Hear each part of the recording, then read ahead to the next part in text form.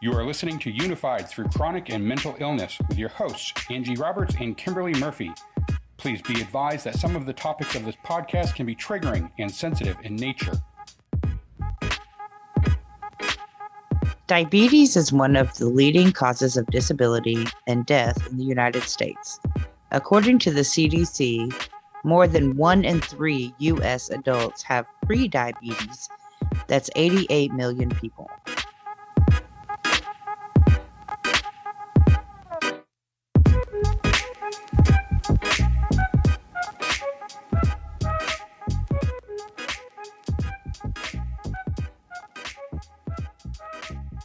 Hey, Spoonies, mental health warriors, supporters, and friends. Welcome back to Unified. My name is Kimberly Murphy, and I'm here with Angie Roberts. Hey, y'all. And today we wanted to do an episode to honor Diabetes Month. It is National Diabetes Month. Angie, what is the difference between type 1 and type 2 diabetes? I know later we're going to focus on the type 1 juvenile diabetes, but generally speaking, what are the differences between type 1 and type 2? Well, type 1 is first of all, it's an autoimmune disease, where type 2 is not. There are a few other types of diabetes, like gestational diabetes, like when you, before I get into all that, gestational diabetes is when you're pregnant and you have to drink this gross stuff. and it goes away after you have the baby, right? Usually. Yes. Yeah. And mainly it goes away after you have the baby, but you are at more of a risk for type 2 diabetes after you've had gestational diabetes. Okay. So type 1 diabetes affects about 8% of everyone that has it. Okay. While type 2 affects 90% of people who have diabetes. So that's a big difference. Wow. It really is. It's a huge difference.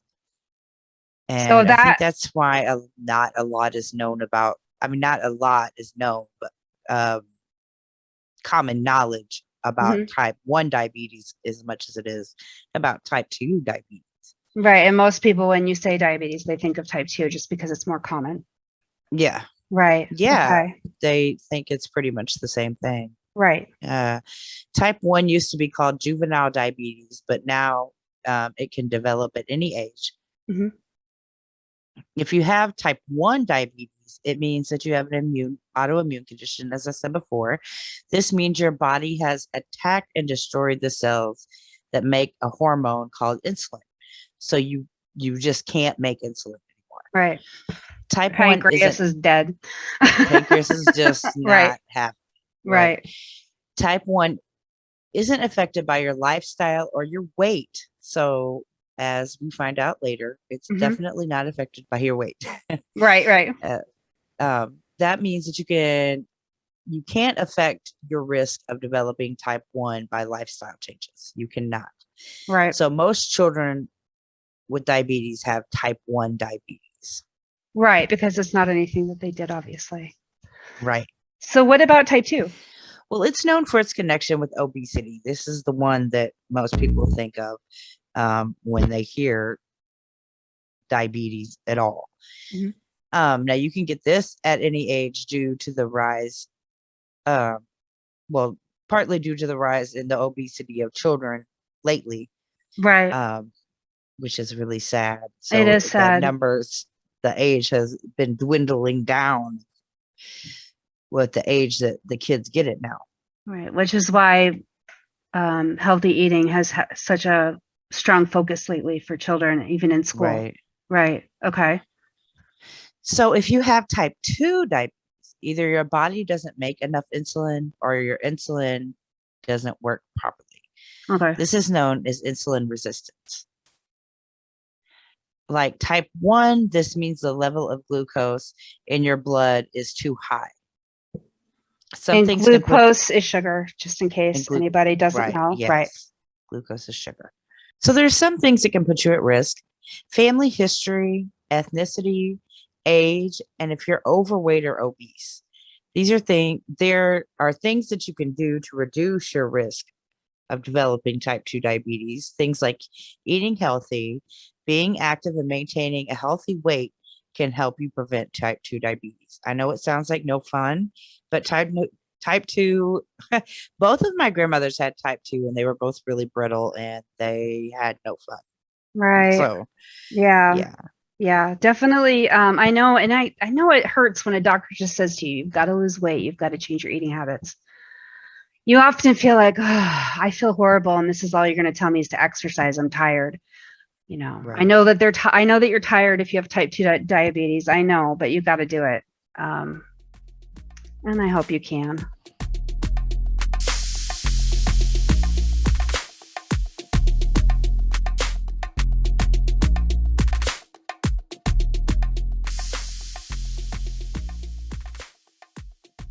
So today we have a special guest for you. His name is Max Murphy. He's had type 1 diabetes since 8 years old. And yes, there is a connection between him and I. He is my son. Welcome, Max, to Unified. Hi. Hey, Max. Hi, Max. What's up? So, I mean, most of us are curious what kind of symptoms you experienced because you did get diagnosed at a really young age. So what was that like and how were you diagnosed? Well, so for like a few months before that, I think the most obvious thing was that I was peeing a lot and drinking a lot. And those are like pretty hallmark signs of like pre-diabetes and diabetes. Obviously, I didn't know it at the time. And it was like way more than normal. Besides that, at the time, I wasn't really noticing much different. But then after a few months, I got really sick at one point, and I was like really hungry, and I was like bedridden, and I think we thought I had the flu. Yep. The flu was going around at the time, so yeah, and I was just really it was the flu. Yeah, I was just really exhausted and sore and tired, and it was really like unpleasant. And then you noticed that I had just suddenly like lost a bunch of weight like in a couple days. Like 7 pounds, they said. Yeah, and you could see my ribs and stuff. Right. And I was like, oh.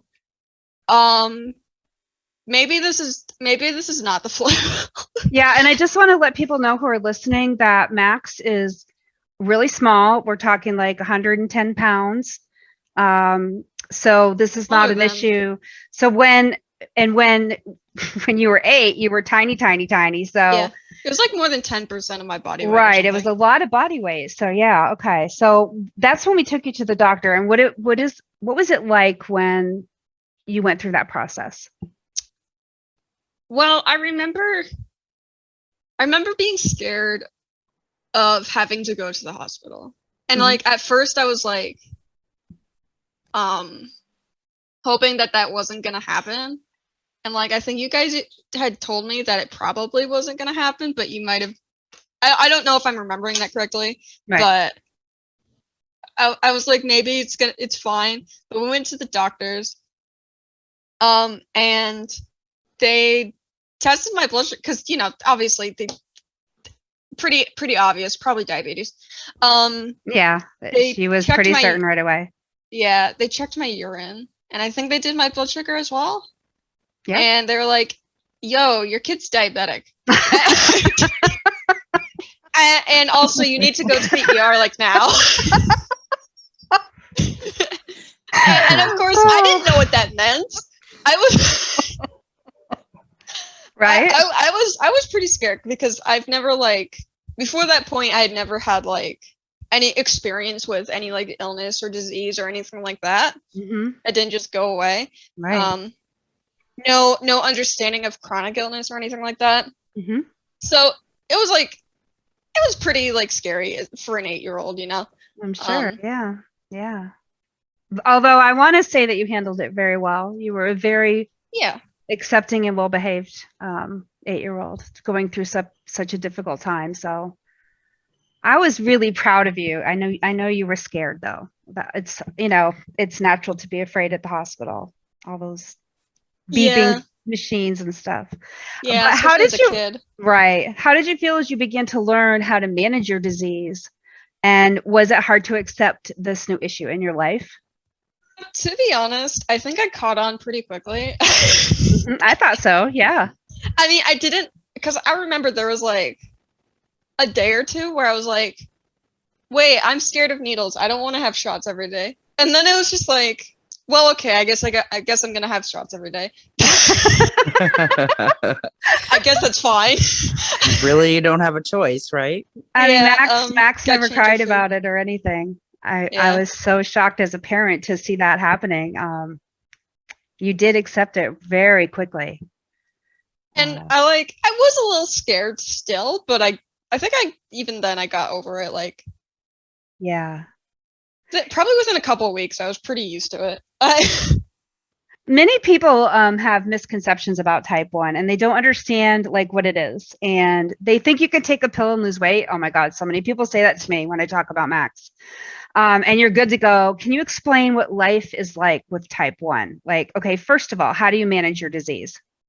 And how did you manage it in school, like growing up? Well, the way I manage it now is so much better than how I did then because of how the technology has changed since then. Back when I was in school, like when I was a kid, right, I would take, injections every day and I would test my blood sugar multiple times a day before eating. And I wasn't allowed to like carry my diabetic supplies on my person. So every time I would have to do one of those things, I would have to go to the nurse's office, which a lot of the time was quite a walk away. Yeah. And I would need someone to like come with me because in case something happened. Right. So it was really, really tedious. I remember you being in the nurse's office quite often. Yeah. And every time I was low or high, which was often at that time because I didn't have much control, like we hadn't gotten good control over it yet. Right. They would have to call you and they would have to keep me there for a bit and until I was like good. And yeah, it was a little stressful and annoying. And I don't like walking when I'm low. That's another thing. Oh, I bet it's hard to walk. Yeah. That was rough. I bet. I didn't even think of that, to be honest. So you said it was really hard to manage the disease at that time. Was that were you counting carbs at that time? I can't remember. Okay. Well, you were more like you were counting carbs. And now you still do it and you're kind of an expert at it because I mean, this is like the disease that you have to have a math degree to Oh yeah. Yeah, for sure. Yeah, it was even then it was a lot like because you have to decide your insulin dosage based on what you're eating and what your blood sugar is. And even then it's affected by small things like how much of the meal is like fatty or sugary, or are you sick? Have you exercised? All that stuff. Really annoying. Right. And stress can affect it too, right? Okay. And a lot of people don't understand about the fat. Can you go into a little bit of detail about that? Because I think that one gets overlooked quite often. So fatty foods will raise your blood sugar, but they'll do it over a more extended period of time. So like instead of sugar where it's like you go straight up and then straight down, the fat will just kind of like go slowly up and then kind of stay that way for a few hours. And that you can see that a lot with like foods like pizza or like, cheeseburgers, fatty foods. Right. So, and that can be kind of difficult to calculate for because usually you take your insulin when you eat, but you don't want to take too much at that time and then drop. Right. But you want to take some so you don't go high. It's complicated. Yeah. Right. That sounds like yes, that sounds very complicated. And then you said the lows you don't want to walk. So what are kind of the differences between the highs and the lows? How did you feel when you were, I mean, when you're feeling like high and low, you seem to have this like natural radar. You wake up in the middle of the night and when you're low, thank goodness. Thank goodness. But so what is it like? What does it feel like? And what's the difference between the two and how you feel? Well, first of all, lows are like a lot easier for me to spot, like a lot more acute. Like it's like 10 minutes you feel fine and then 10 minutes later you're like it's it's weird. How do I explain how it feels like? It's like it affects how you think and how you concentrate. Mm-hmm. So you can get like really confused and like disoriented. Do you start sweating?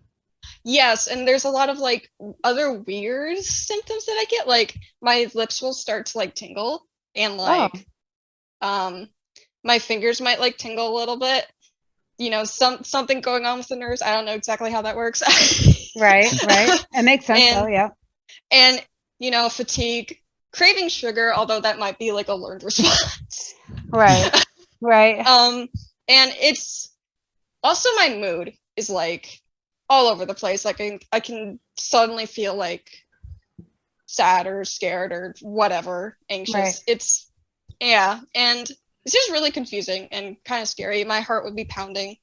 But then you have a juice and 10 minutes later you're fine. I mean, I know, it's so strange how that works out, right? Mm-hmm. Now, lows are really kind of stressful too because you have DKA to worry about. And so how do you check to see, or highs, I'm sorry, you're right, I'm sorry. Highs can be really dangerous. And so DKA can become an issue. How do you know if your highs are too high for too long? And you're starting to get damage. So there are symptoms associated with being high, and then there are symptoms associated with going into DKA. Okay. And like, if you're going into DKA, you might know because if you lose weight really quickly, mm-hmm. if you're vomiting, you can't get anything up. If you're dehydrated, right, peeing a lot. Remember, your lips would be completely sore. chapped. Yeah. If you're like sore all over, that's also, for some reason, that's also associated with DKA. If your breath smells fruity because you're making ketones, all really weird. It's just like, but it's like a more. And you can test your ketones as well, correct? Yeah, you can. That's one of the ways you can like figure out if that might be what's going on. Okay, now I wanted to know too, real quick, what is it like, okay, so you were in PE in school, and then they had those birthday parties, and I would have to send stuff ahead of time because I didn't want you to eat all that sugar. Remember when we did that for a while? But what was it like adjusting for the exercise and the holidays and those just different events that you don't normally have to deal with? Is it hard? It was at the time. It was. Mm-hmm. I didn't really talk about this, but nowadays it's a lot easier to account for this stuff with like a pump and a glucose monitor. Mm-hmm. At the time when I was in school, it would mean like, going to the nurse's office like every time I wanted to eat something. Right. Really, really inconvenient. A lot of the times I didn't have the whatever sugary food they had. Right. Or I would and I would accept going high. Probably don't do that. And then you would know that they would call you for a ride and say one of the parents has to come get you. Yeah, and then also there were times like my teachers would not like understand it at all. And mm-hmm. that was really annoying because sometimes they would like tell me like you can't have this or that when I knew I could. Right. Or like they didn't understand how low blood sugar worked, so they would be like hesitant to like let me go to the nurse or whatever. Right. Weird stuff like that. It's like, mm-hmm. And it was so frustrating, like having to explain all that every time. I'm sure it is. And teachers don't tend to understand. I hope that they would get some education on chronic illnesses. I think that needs to be a part of teaching. They need to understand what these situations are like. What about field trips? Yeah. What about field trips? Did you? Oh yeah. Field trips. What did I do? I think the nurse came with us like every single time. Oh, okay. I think that's what happened, if I remember correctly. Right. Because I needed to be around at least, like juice or something. I also brought lunches to school. Mm-hmm. So I always knew like what carbs I had and stuff for lunch and such. Mm-hmm. The nurses were pretty good about knowing what was going on. So that was nice.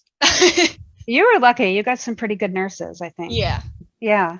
So Max, what are some of the dangers of having diabetes? So there's the obvious.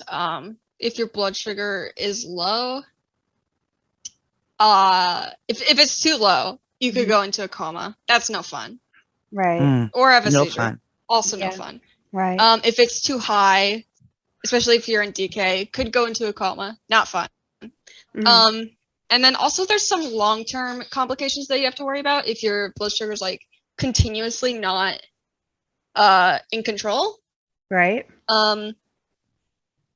There's like cardiovascular problems, so you're more prone to like heart disease. You're also more prone to nerve damage because the sugar like literally damages the nerves if you have too much of it, especially in like your legs or feet or extremities. It can also, for the same reason, some of your like really tiny blood vessels can be affected, which is particularly a problem for your kidneys and your eyes.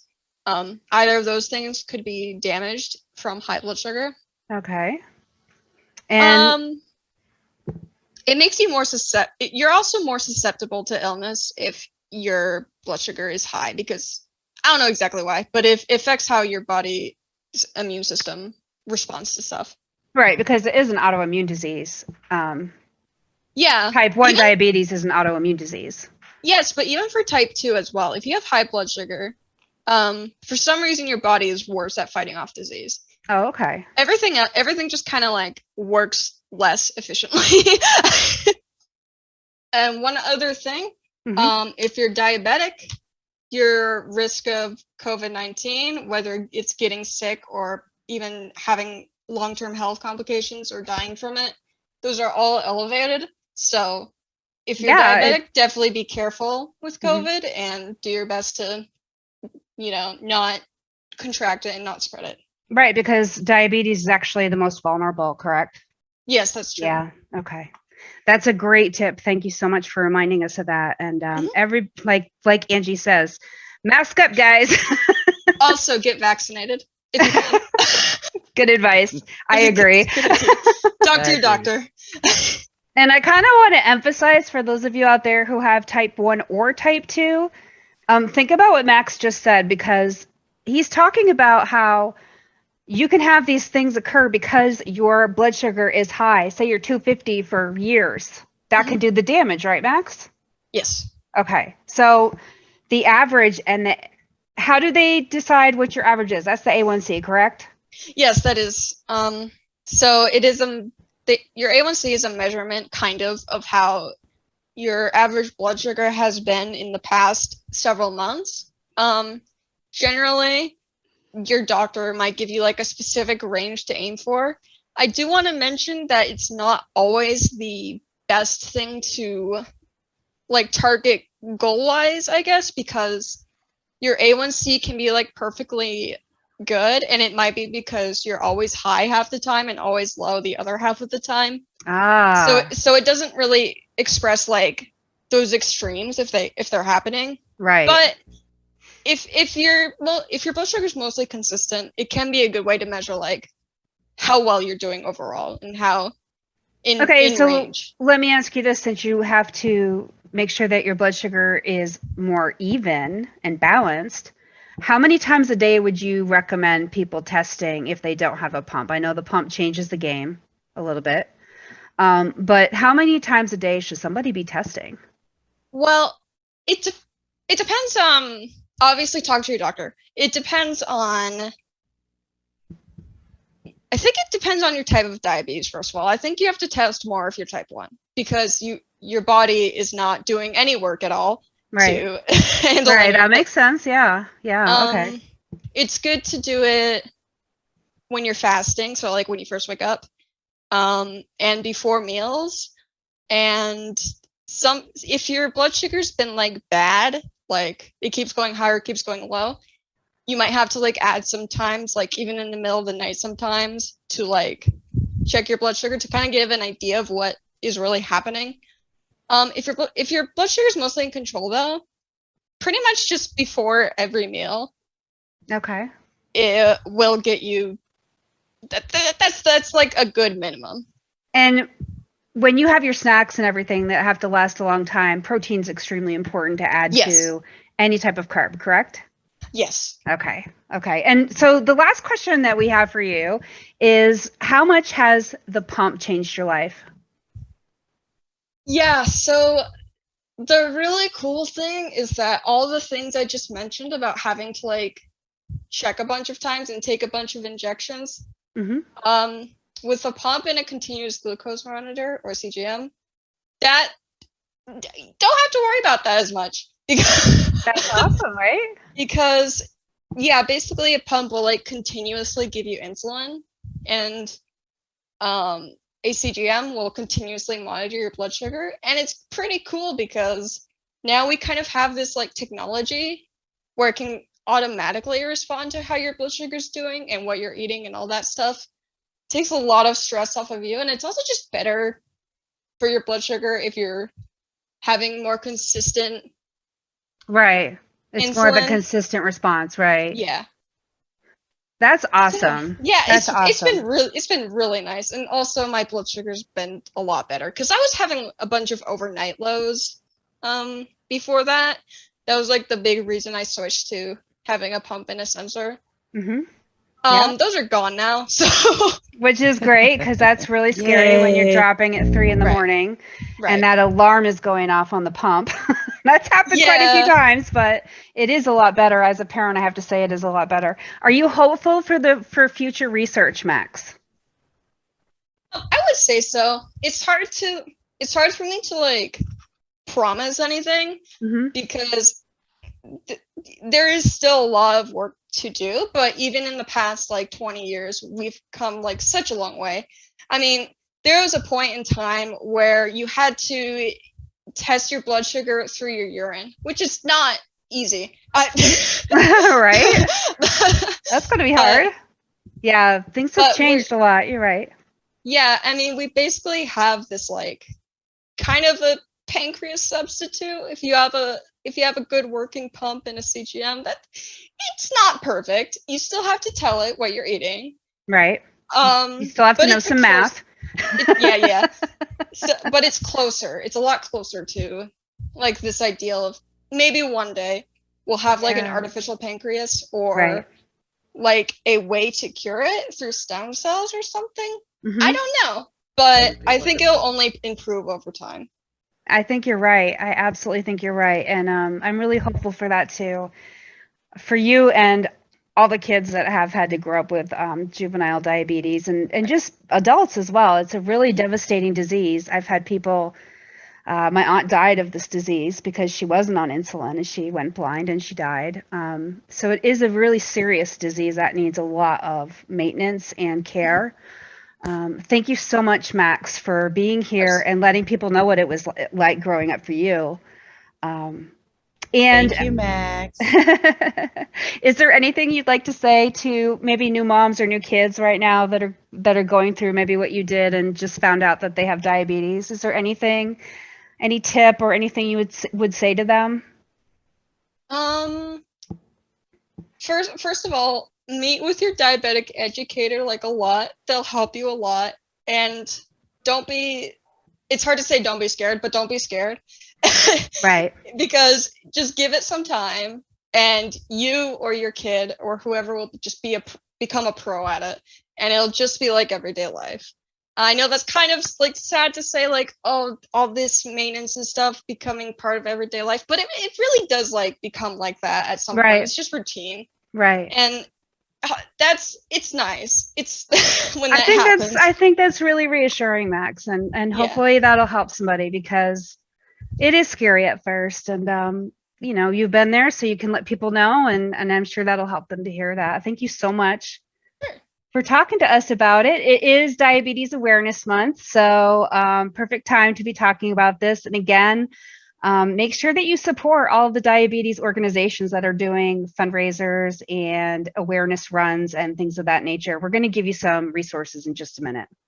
But thank you, Max. Thank you. We love having you on, and we'll talk to you again.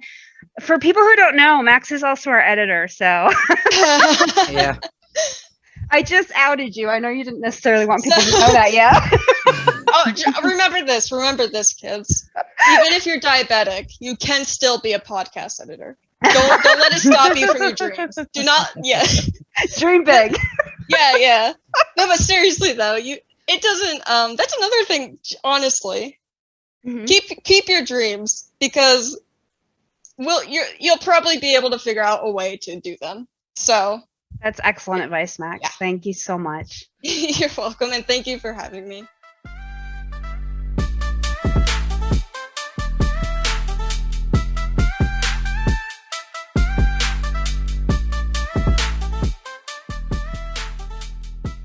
So I know I said this before already, but this is why research is so important, because like Max said, so much has changed in 20 years, and think about what it could be in another 20 with enough money and support and everyone banding together to try to, find a cure. There is support for people who are, new or have had it for a while and just want other people to talk to. Angie, where can they go to find support for diabetes type 1? There's the Juvenile Diabetes Research Foundation, jdrf.org. The American Diabetes Association at diabetes.org/resources. You can find everything from community support, health insurance issues, help for school and medicine, plus help for men and women, seniors, etc. Oh, so it's for everybody. So that's for everybody, which is good. Yes. Okay. And then there is a helpline. It's 1-800-DIABETES or 1-800-342-2383. There's also the Children's Diabetes Foundation, and that's www.childrensdiabetesfoundation.org. /support groups is where you would find some support groups there for that. And of course, you can talk to people in person and online. You can always find, if you're on Facebook, you can always find support groups there. And if not, hashtag maybe diabetes 1 or juvenile diabetes or something, or and T1D. You'll come up with the communities. Yeah, T1D. So yeah, you can find it on Twitter or other social medias. Okay, that's awesome. I know even Instagram, I think the diabetes people meet there too, right?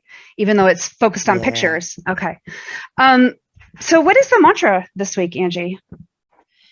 Every bolus, every injection, every blood sugar test, every doctor visit, every HbA1c, every low, every high, every stare, every misconception, every interrupted sleep. You are amazing. You are amazing. Everybody listening, you are amazing. If you're here, it's because you have chronic illness or, mental illness. Diabetes is a very tough disease. And we just want to give you credit for getting up every day and fighting this battle, because we know it's hard. We hope that you enjoyed this week's episode. And if you did get something out of it, please share, follow, or subscribe. All of our social media information will be announced in just a moment. Please share, follow, or subscribe. Yes, please. It helps our reach. People aren't seeing us right now. So please, every like that you give us, every subscription, every follow, every sharing is really important. And commenting, please comment. Yes, it helps people see us. We're being hidden. So we just want people to see us and extend our reach. So please do that for us. We would really appreciate that. Join us next week for a brand new episode. You don't want to miss it. Until then, please remember that we are always stronger together. And thank you so much for listening. Mask up. Peace out, guys. Unified through chronic and mental illness can be found at anchor.fm/unified. There you can find all social media links as well as other ways to listen.